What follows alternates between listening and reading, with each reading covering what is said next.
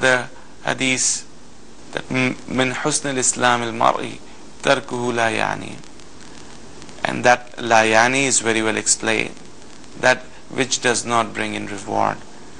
Engaging ourselves in activities which brings in reward.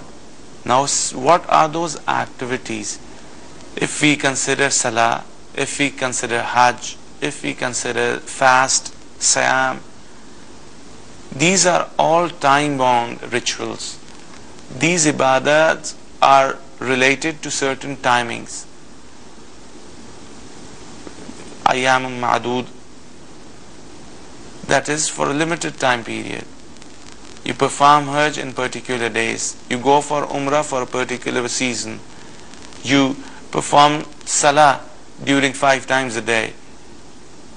And you may perform optional prayers, but that is too would consume much of time, would require a lot of efforts.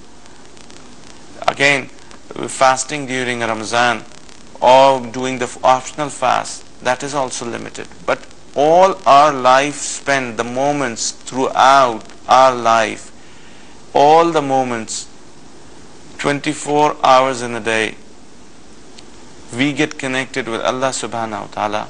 What is that activity? What is that ritual? What is that performance that keeps us engaged? And that is zikr. Zikr is a very common terminology. It encompasses and it includes all the rituals that are obligatory, like salah, like saum, like hajj, like zakah. But apart from that, there are certain performances. That zikr includes the movement of your lips, of your tongue, and the concentration of your heart. The remembrance of Allah subhanahu wa ta'ala. The activity of remembering someone is basically done by the heart. So the primary zikr, the primary category of zikr is with the heart. Zikr qalb. Recitation and remembrance of Allah subhanahu wa ta'ala with the heart. And there is another category, another type, that is zikrul lisan, and that is where you do zikr with the help of your tongue. That is the apparent feature. That is something which you can feel, which you can see, which you can observe. But zikrul qalb is something which cannot be felt, which cannot be observed. Rather, it's the connection, it's the bondage that reminds of Allah subhanahu wa ta'ala through all the moments of life. As it was observed by the Prophet, and it was very well expressed that he is engaged in zikr kullu ahyanin. Every moment of his life is spent with zikr.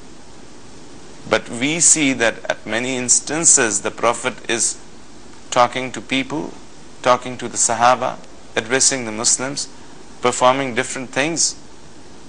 So how come you can say that kullu ahyanan, ishtighal bizikr kullu ahyanan? How was that possible? It was only possible with zikrul qalb. The Prophet's heart was full all the time involved and engaged with the remembrance of Allah subhanahu wa ta'ala.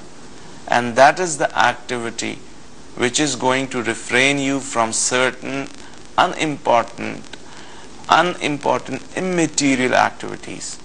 And that is the solution. And that should be our objectivity. Remembrance and connection with Allah subhanahu wa ta'ala should be so firm, so strong, that at any moment of time, any moment in life, we should never forget and we should stay connected. That is the point of rescue. And that comes in with mujahadat, with struggle, with lot of efforts. And that is what are the teachings meant for.